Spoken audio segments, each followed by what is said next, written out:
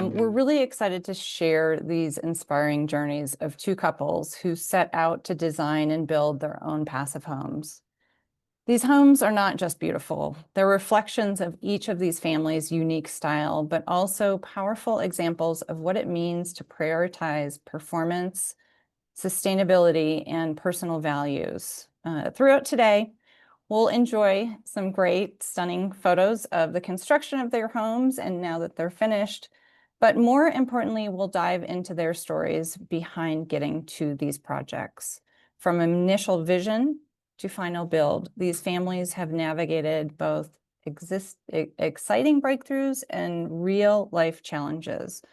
Their experiences are honest, instructive, and at times a true battle for the values they believe in. We're here to learn from their persistence and creativity and commitment, and to celebrate what is possible when design meets purpose. So please allow me to introduce our guest speakers today.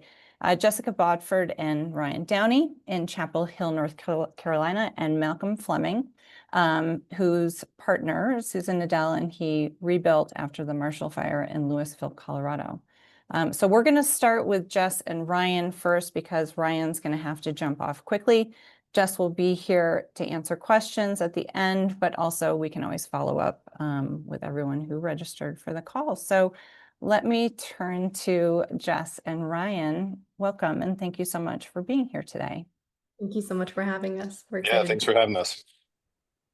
So from the beginning, you guys were a little bit different on this project because you purchased a lot in a net zero development. So you clearly had green goals for your home. For this audience, can you tell us how you learned about Passive House, how you even knew about the standard or sort of that high-reaching goal for high performance? Sure. I think we came out about it in a slightly different way than I think a lot of people do. Um, we were sitting in our kind of Bay Area apartment during the North Complex fire that kind of um, everybody kind of remembers those orange sky days that happened and just got us wondering, like, is there something better than the 1950s apartment we were sitting in, right, with soot everywhere? Who knows what kind of air quality we were breathing at that time. And it just got me wondering, like, why haven't we decided to build better, build different buildings, like whether it's remodeling buildings in a different way or building them first time in a different way, wanted to see if something was different. That also kind of lined up with COVID and us looking to move out to North Carolina at that point. And that's kind of when we found Array, our development, and thought it would be a perfect way to achieve net zero, was building kind of through that passive house standard. It was shocking. So at the time, this was probably, I think the North Complex fire was September of 2020. And so at that point, we were all tired. We were tired of masks. We were tired of being holed up inside our apartments, our homes. And to Ryan's point, we were in this, it was old, decrepit apartment. It was all we could afford in the Bay Area, and none of the single pane windows would fully close. And so Ryan's point on soot everywhere, it was literally on the bedspread, it was on the countertops. And he just kept talking about Passive House. He was going down this huge rabbit hole in YouTube and looking at, even shows like This Old House and looking at all of the great efficiency changes that they were making in their builds. And I just kept having to say, we can barely afford this. Like, how, there's no world in which we can actually pursue this and make this a reality. And that's when we started having a more serious conversation about moving back to my home state, North Carolina, and trying to make this possible through Array. Yeah, and I appreciate you guys allowing me to share on screen. This is from our first sort of on the web intake conversation. Just as clear then as you're speaking today, and I love it. Neither one of you are building scientists or architects. I love that deep dive into research, and I know you guys throughout the process were really involved and kind of did your homework on this. Did you start with a priority list for kind of what was top of mind, what was sort of the you didn't want to compromise on, and sort of kept you on this path? Yeah, so I think first was I think net zero was the requirement of Array, right? A lot of people in the development are doing it different ways. I wanted to do it, and we kind of came to this, Jess and I came to this conclusion of like, why not build the best building we can first and then offset that with renewables, right? So if you're starting with kind of a code built home, that in and of itself, sure, you can throw enough solar panels on it to make it net zero, but we wanted to start from the building being efficient and then get to net zero that way. So some of our other requirements that we found, I wanted it to be foam free. Just the panels that we use using cellulose, dense packed cellulose, we have that in our walls and the site built materials that we have. We also wanted concrete floors. I know that's has quite a bit of embodied carbon and everything in it, but we felt like the long-lasting um, kind of benefits from that concrete floor, where we're maybe not using as many chemicals to clean it, or taking care of it in a different way. Steel roof, these kind of long-lasting materials were always top of our list. And I would say it's interesting. Ryan and I took a step back to kind of think through those early parts of our designs and things that we weren't willing to sacrifice or kind of trade on. And I think mine were a bit more not superficial, but maybe a bit more design centric. I really wanted exposed beams and really high ceilings. I think especially in a neighborhood like ours where there is a limit to our impermeable surface, there's a certain level of footprint that you just can't go beyond. And so we thought if we were to have a maybe a smaller home or a more kind of mid-sized home, how do we really celebrate the space and have these? I mean, I'm looking up inside this finished home, it's 14-foot ceilings where we are able to look up and really feel the fact that we are kind of out in a more a space that's easier to breathe in, I guess. My second big part also honors that space feeling. It's just having access to windows, being able to look out and see nature. I wasn't willing to sacrifice celebrating the fact that we're kind of out in the middle of the woods at this point. I think that's a really beautiful thing here in a state like North Carolina.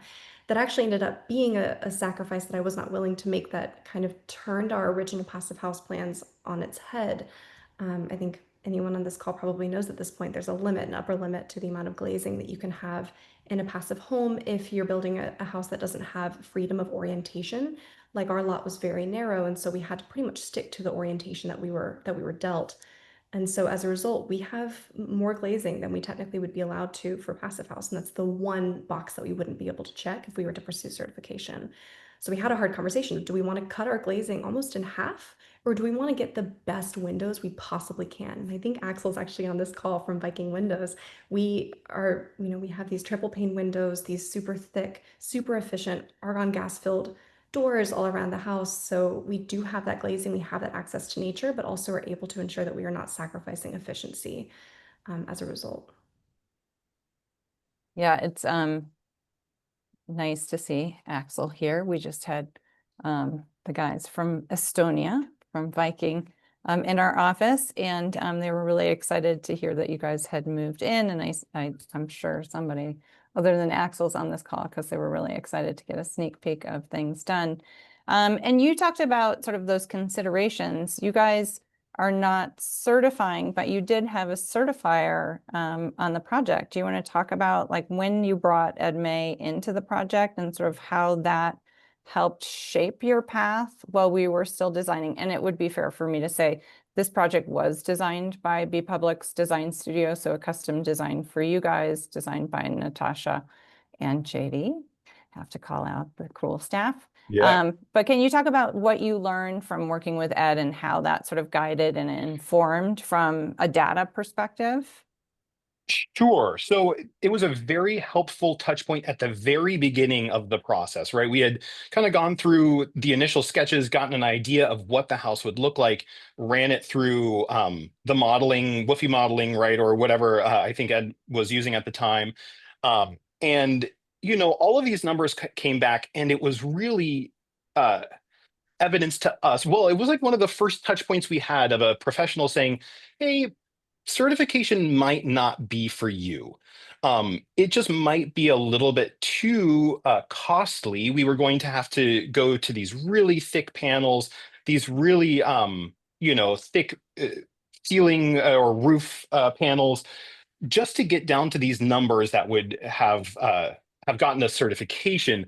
And that was one of those first touch points. We had it again with our builder who was like, it might not be the certification for you. We can build to those standards. We can really get you close, but certification might not be the way to go. So it was helpful to hear that early on in the process without it being the very last thing we were hearing, like, oh, we're just not going to get there. To have that early on, it kind of set us off, I think, on a good path of like, let's get as close as we can, build to the qualities and the ideals that we really want to get to. And just, we don't need the plaque. We'll know it in our hearts and we'll feel it in the air and breathe it in the air, right? Kind of the quality of those passive house ideals that we wanted to stick to. But it was your North Star, which I think is really interesting in terms of sort of your journey, homeowner's journey of knowing that there was support in that decision making. I mean, you guys ended up with an R35 wall, so it's not, it's not nothing. No, and it is not nothing. And you've got R59 roof, so it's not that you scrimped, but you were playing with that data and making informed decisions, which I think is really helpful. For a lot of us who really are, pushing for certification, sometimes the conversation is about, what are the incentives? What is that additional, Benny to you to push it over? And we'll talk about this with Malcolm, because certainly there were incentives to help on that sort of additional cost for certification. I'm going to jump down to my next question. Were there any specific values beyond energy performance or foam free that shaped your decision making, such as like health, durability, the community impact? Obviously, you're here and sharing your story, so there's some advocacy and community based sort of values you guys have shared, but can you talk about sort of the others that influenced your project? Yeah, I think for us, it goes back to all of those: health, durability, and community impact. So, one thing I think that is unique to our story is the community, is Array, that we are living around all of these other people who want to lighten their impact on the earth. We're all doing it in different ways, slightly different ways, but that was an important aspect kind of outside of the building itself, is to be around people where this matters a lot. And this idea that we want to leave the earth as close to what we found it as possible, with as light of a footprint as possible, was one of those other very kind of first deciding factors and values. So incredibly true. I'll just say, I mentioned earlier that I'm from North Carolina, which means from probably May until September, every single year of almost my entire life, I have spent with the AC on full blast 24/7 just to keep things at a pretty reasonable level inside. And then I moved for my grad school experience where I met Ryan to Arizona. So we were in Phoenix, which heat index would get up to 120, 125 in the summer. And again, it was AC on 24/7. And you'd look at these energy bills and it was just through the roof, no matter where you were living, no matter what code built home or apartment you'd try to find. And I wanted to experience a world where our air quality was actually good, both inside and, really ensuring that I'd be able to take a breath of fresh air and feel really proud of where I lived, but also to do so without AC constantly on.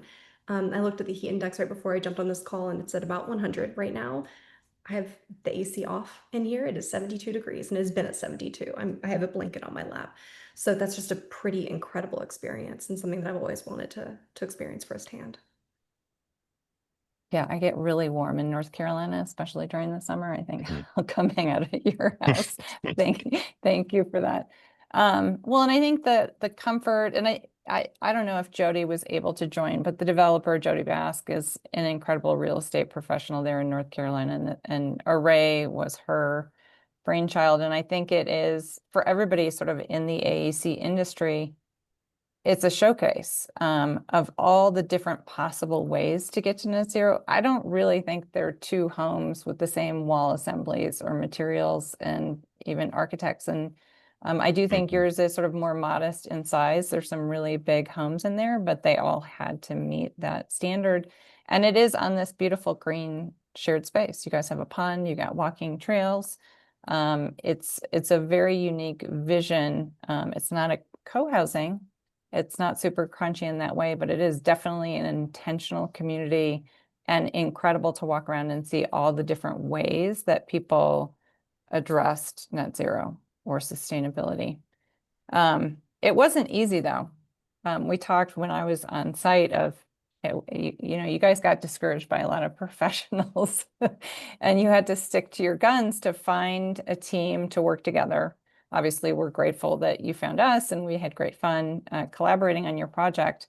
But can you kind of talk about, there are a lot of professionals on the call who maybe are on the other side. They're really trying to push clients towards performance and their specialties.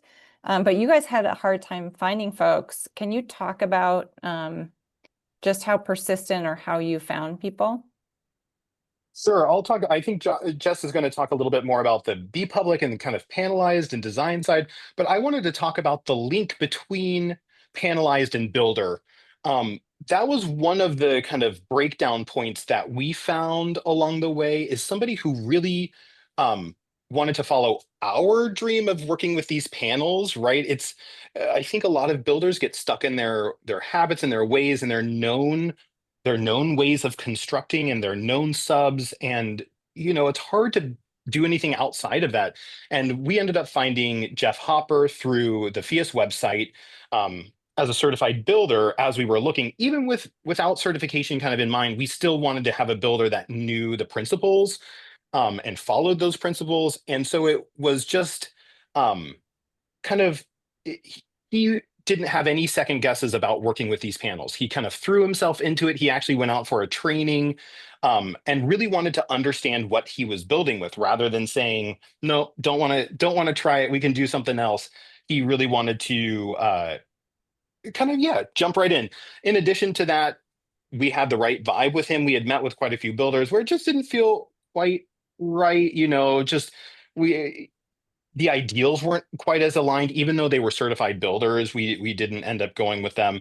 And he had no question about using the materials we wanted to use. So when we said foam free, he was like, no problem. We got that. We don't have to use any foam.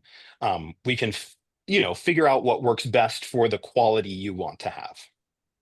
Hearing Ryan speak, I think the major keyword that keeps coming back to why all these partnerships with Be Public, with Axel, with Jeff Hopper, what made it all work so well is flexibility. So we went to Jeff Hopper and his wife Kelly Hopper, and it was time and time again, it was a very iterative process where we'd come up with just a kind of random idea or something that we heard about or something that we saw, and they go, we'll try it, we'll give it a shot, we'll see what happens.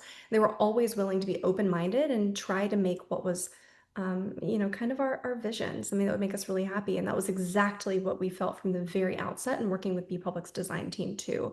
I know Natasha's on the call. I hope JD is also on the call, but we got to work with these two incredible designers from the outset, where not only is this our first time building a home, it's our first time owning a home. We've never thought about house layouts. We've always been in apartments. And so we just had all these back of napkin, literal photos of backs of napkins from like breweries and restaurants where we'd show them our weird floor plan sketches and say, can we try to make this happen? And every single time they're like, yeah, we'll give it a shot. And they come back with something 20 times better, a better interpretation of exactly what we had in our minds. And it would just continue to iterate back and forth until we really built a home that we've been just so happy to live in. So I think my recommendation to any professional in this field, flexibility, I think is really key, just making sure that this feels like a really exciting waltz that we can be happy with from the outset. Yeah, Jeff and his whole team is really great. And I know that you went through sort of the natural, we designed something, you went out for bid and you were like, oh, it's a little more than we want to spend. And we came back to the design. And I think that's a really important, it's iterative. And that it was based on, a real budget. And that you didn't necessarily get everything you wanted in that first round, but that you were working with the team that would rebid. And I don't want it to be too sort of unicorns and cotton candy. You guys went through a lot to get to this stage and build what you could manage. Okay, so the panels installed last October. and you guys are now home, still waiting for furniture. But you just moved in. Any surprises? Like anything we didn't cover that pops up? I'll jump in. Yeah, Yeah, go go for it, for it. Jess. Oh yeah, okay. I mentioned this earlier. I mean, this is now the start of our third week in this home. This is very new. You can see the boxes behind me. We're still trying to find stuff as we're unpacking. It has been unbelievable how cool and how stable temperature and like air quality have been day in and day out. We'll cook a meal and we won't see the VOCs just go skyrocketing. We'll have a workout and don't see carbon dioxide spike. It is truly unbelievable to feel like this is really our safe haven from a health and sustainability perspective. So that's probably the surprise piece, but I think Ryan has a very different interpretation of this question that I love. Yeah, it's so funny. It's like being the kind of passive house nerd I was, or still am, I guess. It's like I was always concerned about the envelope. The envelope. I want it, I want to get the best we can. The windows. Okay, oh my gosh, those are only the first decisions you have to make, right? And so it was a month, you make decisions for the entire build basically. And these are two great pictures about it. It's like, you're picking tile, how the tile's laid out, the sort of finishes you want, the appliances you want, the handles. So it was that really was, I was set up to make those decisions, or I knew I was going to have to make those decisions, but the number that we had to make, you just don't even realize. But I thought, once again, when you find the right builder, that process becomes a lot easier. We were guided every step of the way. Communication was always quick and easy. When we didn't find something at a showroom we wanted, Kelly was right on it, getting bids from other places, finding it online, whatever we wanted, we got. So that was, you know, surprising, but at the same time was not difficult in those surprises.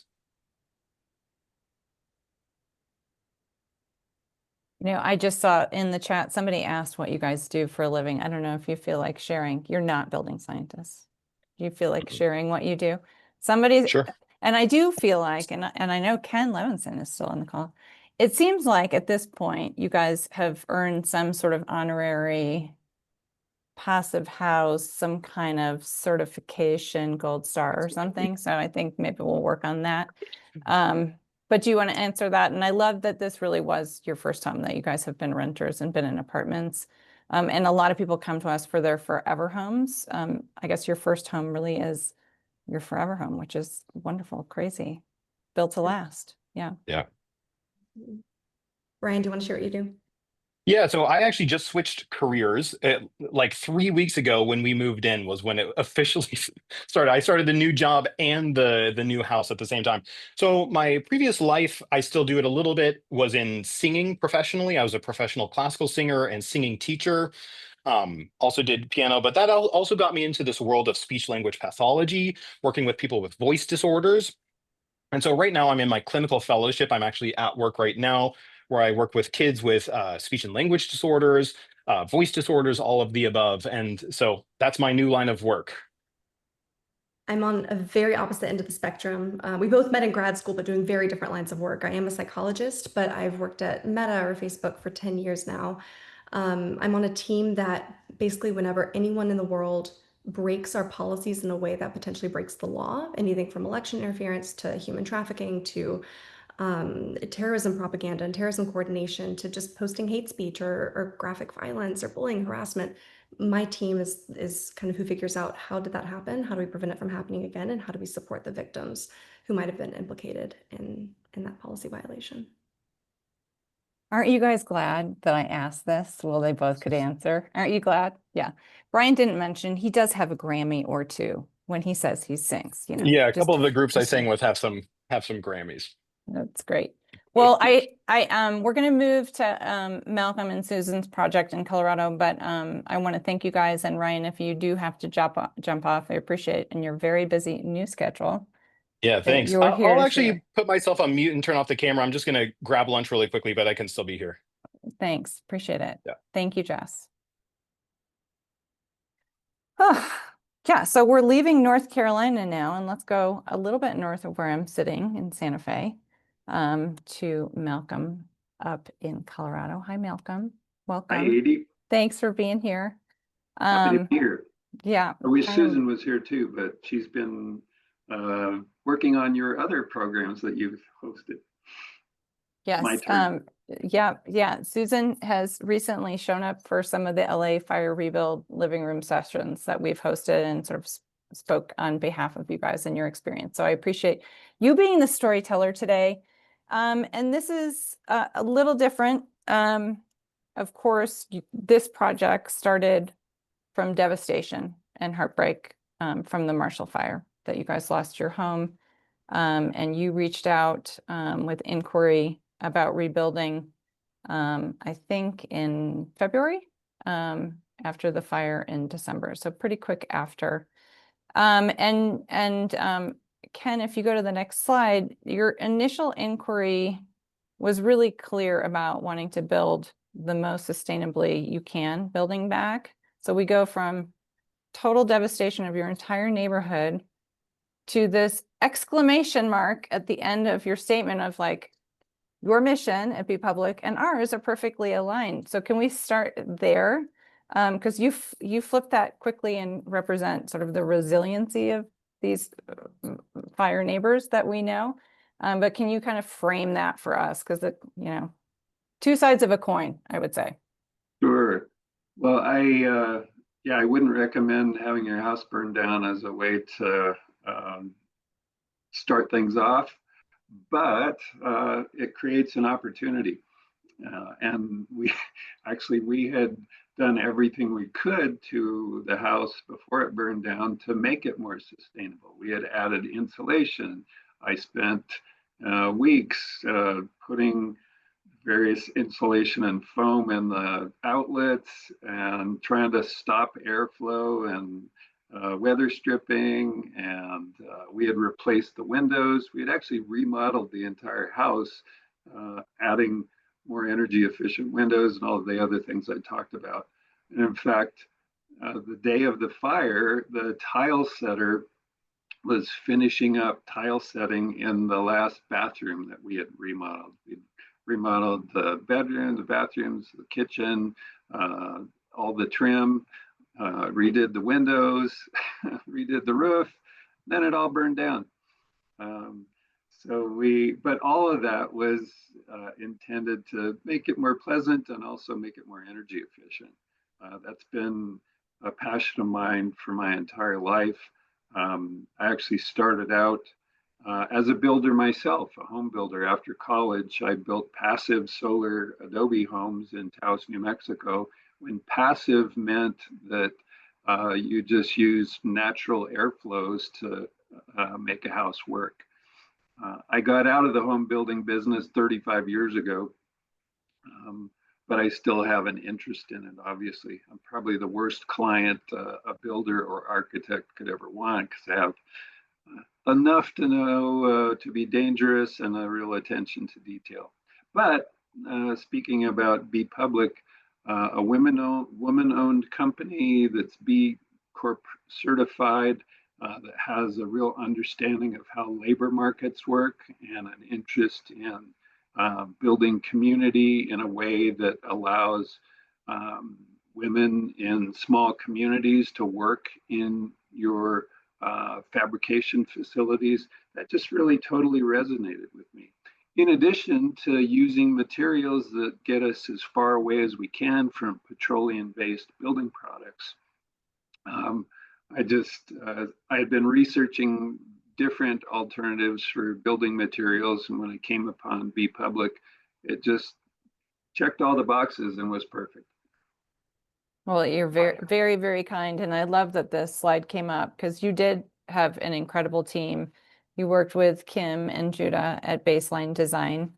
They were fantastic. And I hope they're on, because they, are dynamite professionals up in the Colorado Boulder area and have continued to work in Passive House. So, and then Hammerwell, Drew from Hammerwell, you can see their sign right out front. So you put together a team. And I know because both you and Susan work in sustainability professionally, and you were a builder. And I know that you have a car, an EV, that has a bumper sticker. What's your bumper sticker say? It says powered by Colorado sunshine. Yeah. Come on. What's not to love?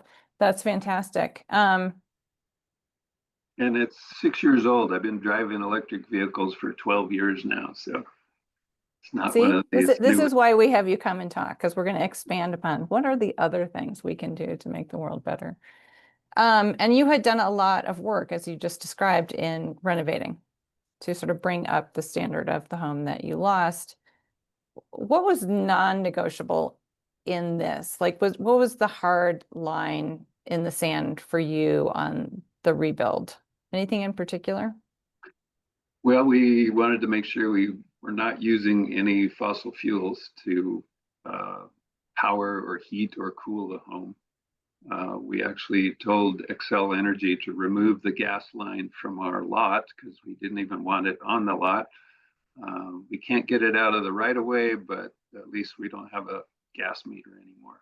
So it's an all electric home. That was a non-negotiable for a lot of reasons, energy efficiency, health reasons, indoor air quality reasons. We just didn't want gas anymore. And if for anybody who thinks they have to have their gas stove, they haven't tried an induction stove. Boils water a lot faster, cooks better. It's more, you can fine tune temperatures much better. So you can get rid of everything that's gas. And this project is an example of doing that. Unfortunately, many of our neighbors who suffered the same fate we did haven't done that. And sadly, they haven't gone even 2021 code standards in some cases. But we really wanted to do everything we could to not just be energy efficient and net zero, but maybe even put some energy back in the grid. And we've been able to do that. Yeah, you guys shared with me over the winter during the cold snap. And this is a pretty comfortable size home. Like, you've got a full basement of, 12-foot finished basement. What's the total footprint? Is it just under 3,000? It's actually, if you consider all the heated space, it's about 3,500 square feet. Much more than the two of us need, but we do enjoy having family and friends visit. We just had a couple of friends from Montana staying with us for a few days. My brother and sister live elsewhere, and having them come here with their kids. We've got 4 kids between us, and just having a house that we can easily entertain people and have them be comfortable, that's really important to us.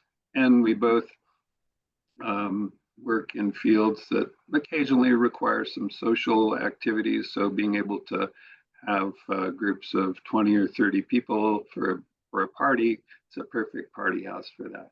It does look like a perfect party house from this angle. And you guys did share with me during the cold snap, I think was it January or February, you sent me your utility bill, and you do have solar and you do have a battery backup, but I think it was like $8. What was, I mean, just a ridiculous, for the size of this home and for the climate, and you're running the induction stove, which I am going to say at altitude, no joke, boiling water that quickly is a huge advantage for those of us who live at a, almost mile high. But your energy savings, and I don't even know what was the previous, like what the expectation of your utility bills had been in your former home, and then now to have certainly lower. Yeah, actually, and I haven't been able to compare previous bills to currently, but right now we're because of the solar in the summertime, we are paying only the connection fee, whatever is the average fee. We're actually putting energy back in the grid much more than we're using. In the wintertime, we use a little bit more, but the cooling load on this house is actually the greater load. And our bill is $8 a month. Okay, did everybody hear that? Yeah. Well, $8. maybe I'm exaggerating, 864 or something like that. Okay, well, we'll collect the change for you and help you pay the rest of that. It's really gratifying. I mean, for being on the team to help you get to this, it's really gratifying to know that the work went well. And congratulations to you and Baseline Design and to Hammerwell you just certified. So this home just Did. certified passive house. Congratulations. In the Marshall rebuild area, and you have XL Energy, who offered really large incentives to certify, both from Energy Star all the way up to passive house. And for those who don't know about that program, they've now extended it. So it's not just the wildfire rebuild. Any new home construction in the Boulder, Denver area where XL serves, you now can have, I think it's up to $30,000 to help along the way to certification, which is incredible that they've extended that past disaster recovery. So thank you, XL, and we'll continue sharing that out. And I do think your initial blower door test was a 0.32. That's correct. Yeah, I think the final one was 0.4, but yeah, it's a super tight house. And the energy bills are not because we have a huge array of solar panels on the roof. We've got an 8 kilowatt system, but it's because of the tightness of the house and keeping the cool air in the summertime and the warm air in the wintertime, and having an ERV that keeps that air fresh and exhausts the stale air and brings in fresh air without losing all the energy that you've captured. So, and B Public's panels and the design, tight windows, we've got the same as the previous couple, we've got triple pane windows from Viking. But the attention to detail and putting the system together, that was really critical to achieving those low blower door tests and the tightness of the house. Yeah, and you know, we get it all the time that, well, you can't really do that. You can't go that low. Yeah, we heard lots of good on this stories, team. lots Good of job. builders that Yeah. you can't do that. It's going to be too expensive. It's going to, yeah, there are lots of builders out there, and home builders associations, I would say, that are poo-pooing being able to achieve these kind of energy standards, or saying that it's way too expensive.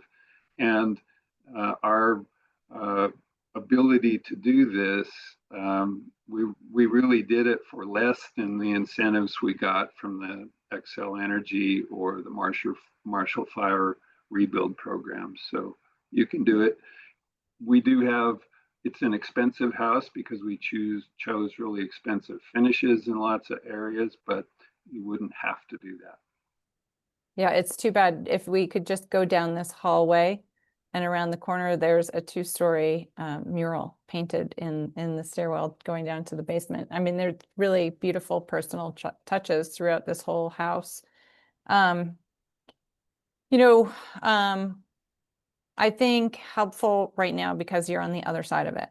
Not to say that the trauma is lessened of losing your home and your community, but we are, you know, talking and reaching out to a lot of people. You saw Passive House Network is doing a design competition that will be revealed in LA in November. What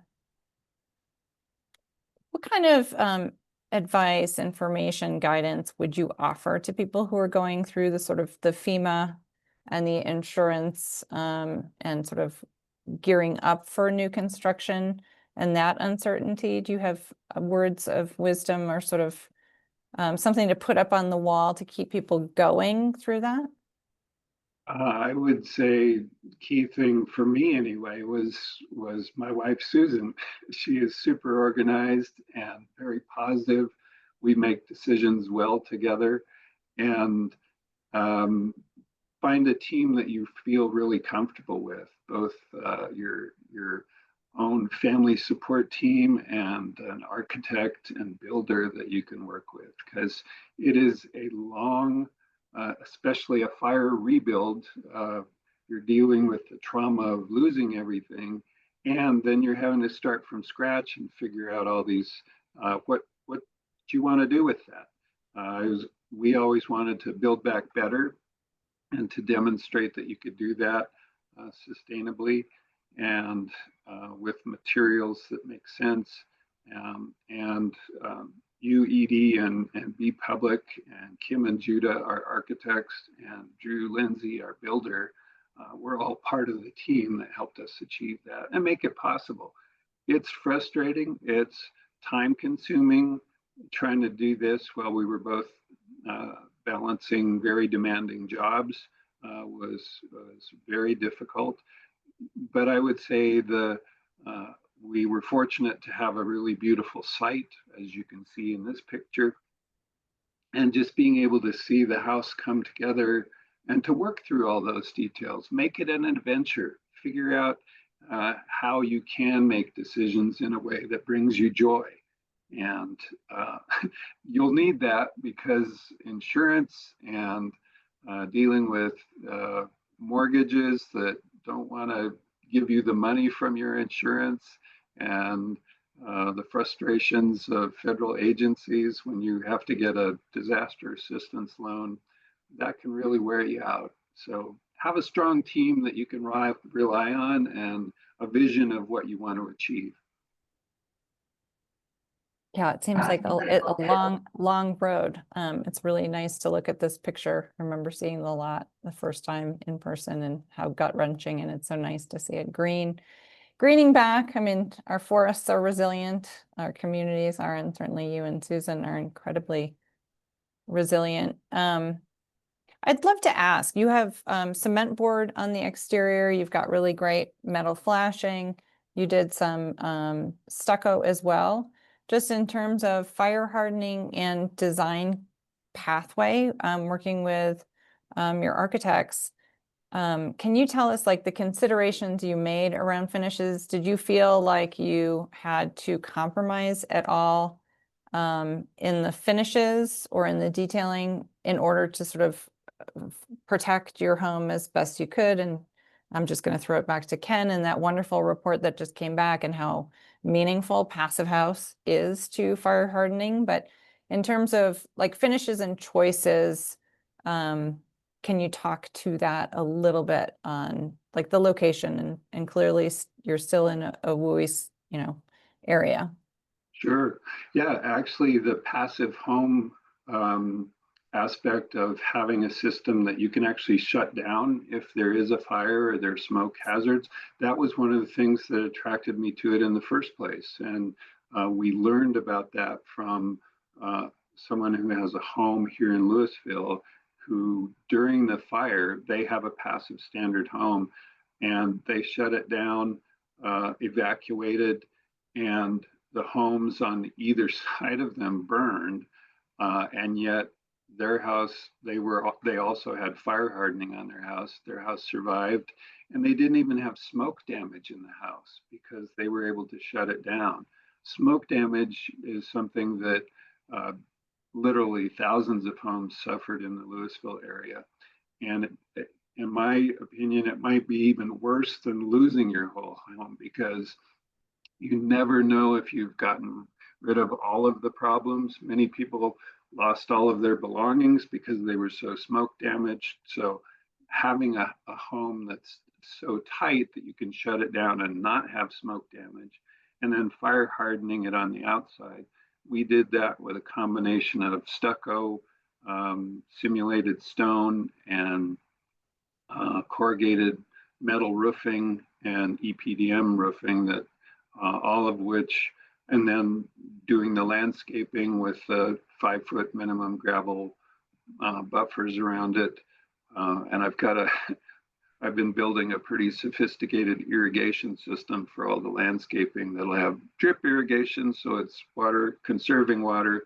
But I've also got one inch line that I can turn the sprinklers on when I leave next time. So I am not surprised in the least that you've got a plan for that. And I know this photograph is not fair because I know you've spent a lot of time planting and working on the garden. got a lot of flowers in it now, which I need to take the photos. Yeah, it's a real neighborhood now, and you guys are home. I think you kind of explained this, but like the cheering section and how to keep motivated and moving forward, I think now LA is going through the same, and I think there are issues around smoke, and we're learning a lot more about the protective value of having a system that can be closed down and minimize those vents, and being able to filter. Anything else that's sort of like, oh, we cut that because of budget, or we changed our mind about something? Are there any regrets or things that you would go back and invest in differently today, or anything that you're planning on adding to keep sort of nesting in your new home? One thing about losing all of your possessions is that it's actually a very freeing experience, I would say. Yeah, there's trauma associated with it, but I've frequently said, well, at least I don't have to clean out the basement. Yeah. And Dark humor. yeah, we want to maintain a pretty sparse house, as you can see, not cluttered with a lot of stuff.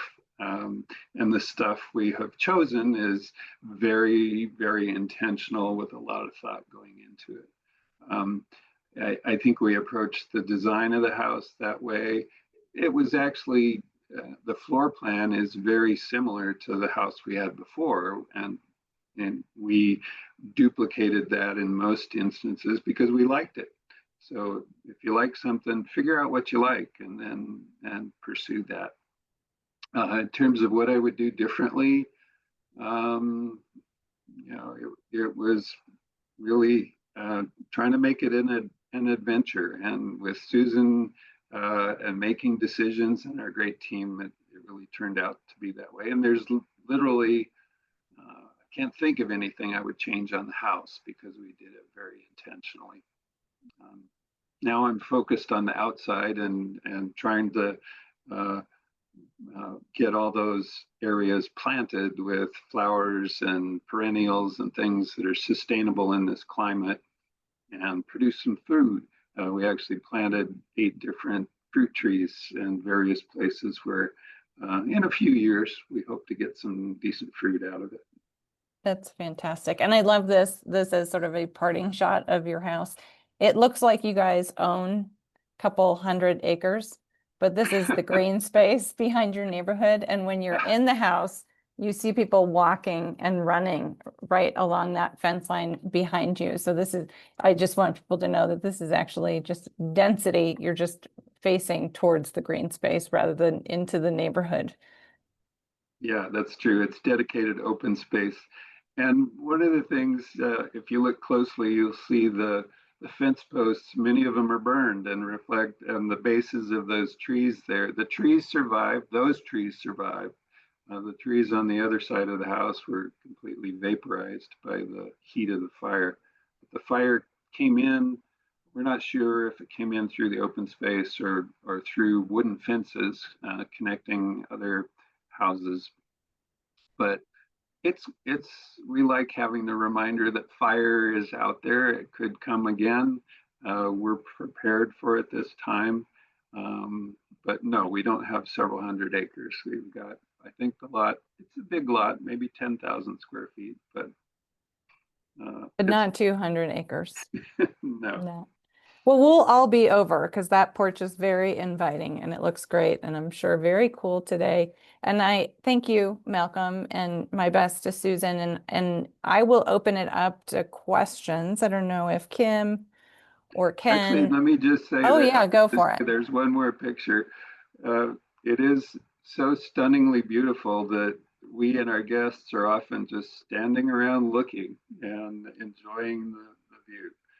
This is a wintertime one, but yeah, when it was 10 below zero outside, our heat pump worked just fine, keeping it a comfortable 70 degrees. Actually, if you have a lot of people in the house, it's so tight that the house warms up and you have to open the windows.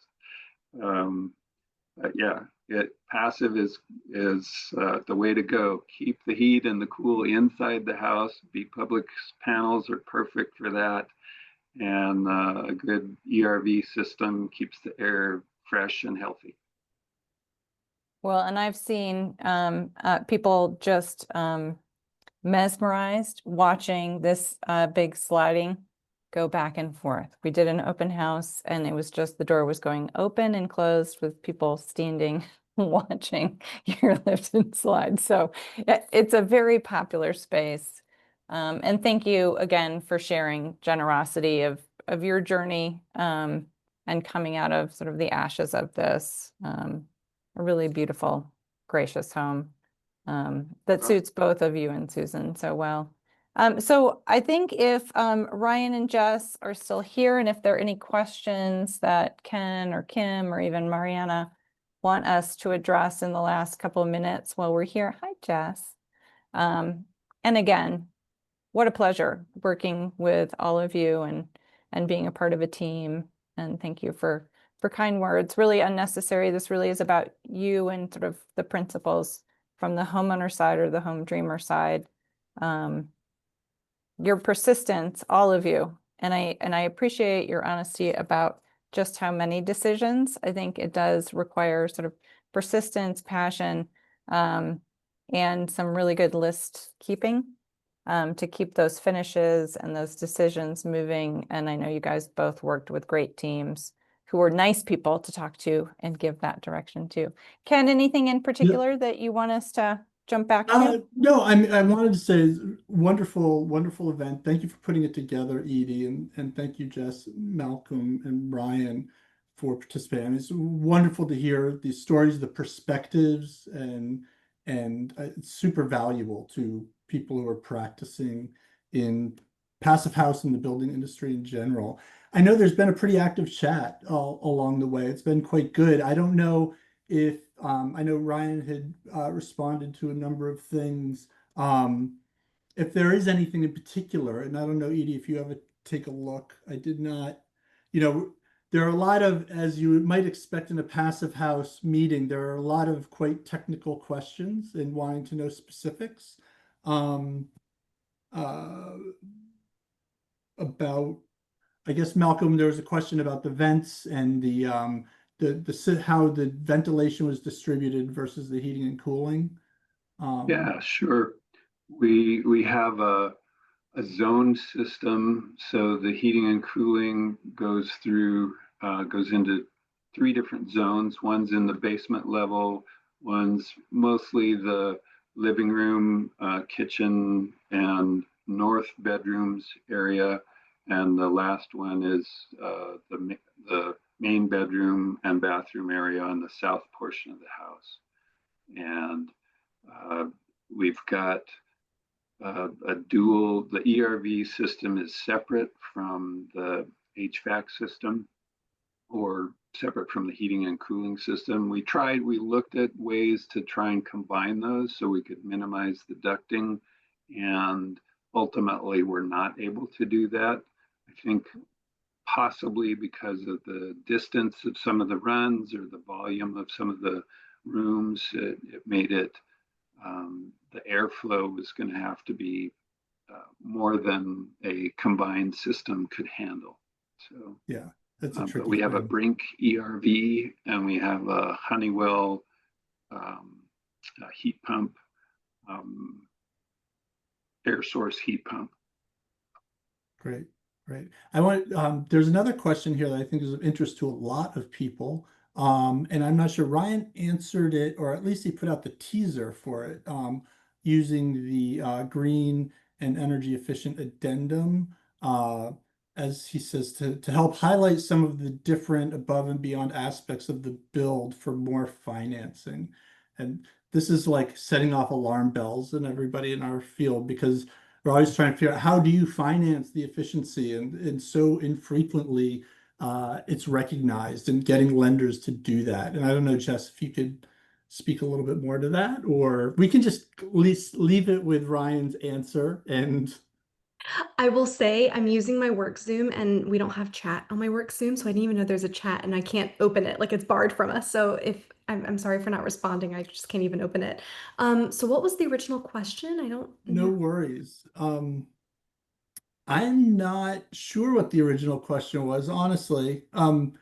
It was but the financing is what I wanted to zero in on. The idea that part of the financing package that you may have been able to get better financing because of the energy efficient measures. I'm actually not aware of a ton.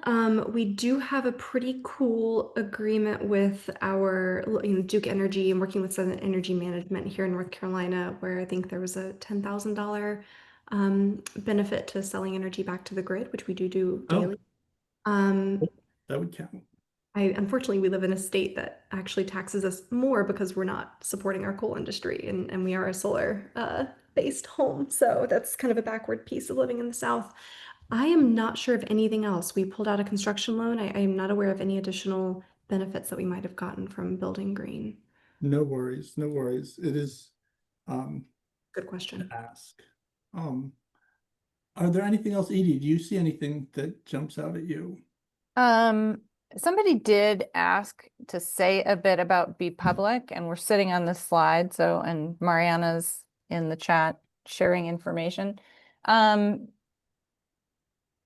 Be Public Prefab is a company that launched to provide high performance building envelopes to hit passive house in climate zones 2 to 8. So these are two really wonderful examples of the work that we do across the country. We have architects on staff, but as you heard from Malcolm's project, about half of our work is coming from outside architects working with us and specifying high performance. So there are lots of ways to be involved. We like chatting about the benefits of passive house, but also the benefits of being a conscious and compassionate company, taking good care of the planet, the people we work with, and certainly our staff. So lots more to learn about Be Public, but we are a public benefit corporation. So baked into what we do is thinking about all of the impacts from the carbon to them lasting for hundreds of years for you guys. Just really nice to share these stories and the collaborators on all of these. And Ken, to you and the whole team, Passive House Network is an incredible resource. We often come together to hear from professionals in the industry and dig into sort of the details. I appreciate the opportunity to talk to homeowners and kind of how they land here, how we can serve them better, and what their what their path is. So hope we answered everybody's questions and that this was helpful, but we'll certainly happy to do it again. And Jess, thanks, you're very busy. Malcolm, we didn't even talk about what you do for a living. I don't even know if it's legal if we can talk about it. He is a spy, ladies and gentlemen. No. Anybody can see what I do by tuning into our town council meetings in Erie, Colorado, any Tuesday night, and I do have one tonight. So. Oh, so you'll be working till 3 a.m. doing the community's work. Thank you. Thank you very much. Excellent. Thank you. Thank you everyone for being here today. This was an amazing discussion and presentation, and we will have a recording of it up and available on the website. And I hope if anybody has any questions about anything, feel free to reach out and follow up. We're happy to connect people. That's what it's all about. And so I wish everyone a good day. Thank you so much.